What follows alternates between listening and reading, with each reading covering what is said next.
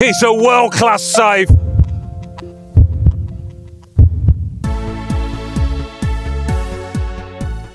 আমি আমার দলকে নিয়ে চ্যাম্পিয়ন্স লিগে যাব, কথাটা বলেছিলেন এমিলিয়ানো মার্টিনেজ। আর এমির এই কথা শুনে যারা হেসেছিলেন তারা আজ কোথায়, আসুন সামনে।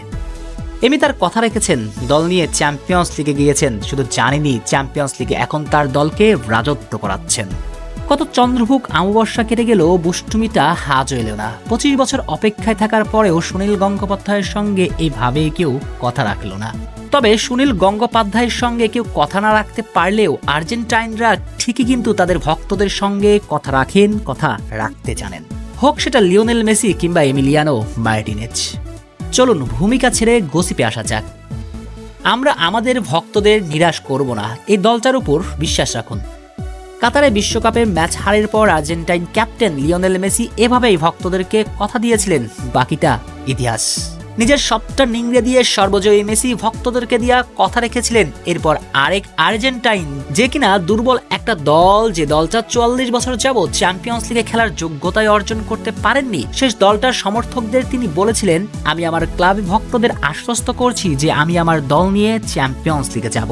এমন কথা শুনে কতজন হেসেছিলেন তার কোনো ইয়াত্তা নেই।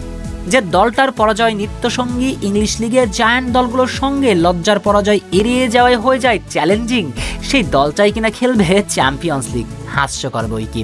কিন্তু যারা হেসেছিলেন তারা আজ কোথায়, আসুন দেখে নিন। এমিলিয়ানো মার্টিনেজ অ্যাস্টন ভিলা সমর্থকদের দিয়া কথা রেখেছেন, দলকে চ্যাম্পিয়ন্স লিগে এনেছেন। শুধু তাই নয়, 46 বছর পর চ্যাম্পিয়ন্স লিগের প্রত্যাবর্তন করা দলটা এখন আকাশে উড়ছে, শুরুতেই সেটা বলাই হলো। তবে যেটা বলা হয়নি সেটা হচ্ছে চ্যাম্পিয়ন্স লিগে এসেও অ্যাস্টন ভিলার দুর্বল রক্ষণ নিয়েও এমির রাজত্ব করার গল্প। চলুন সেই গল্পটাও একটু জানা যাক। নতুন ফরম্যাটে চ্যাম্পিয়ন্স লিগে অ্যাস্টন ভিলা প্রত্যাবর্তন করার মৌসুমেই পরের রাউন্ডে পা রেখেছে তার নৈপথ্যের নায়ক ওই একজন এমিলিয়ানো মার্টিনেজ। কেননা ইউসিএল এর গ্রুপ স্টেজে 6 ম্যাচ খেলে এমি কি করেছে জানেন?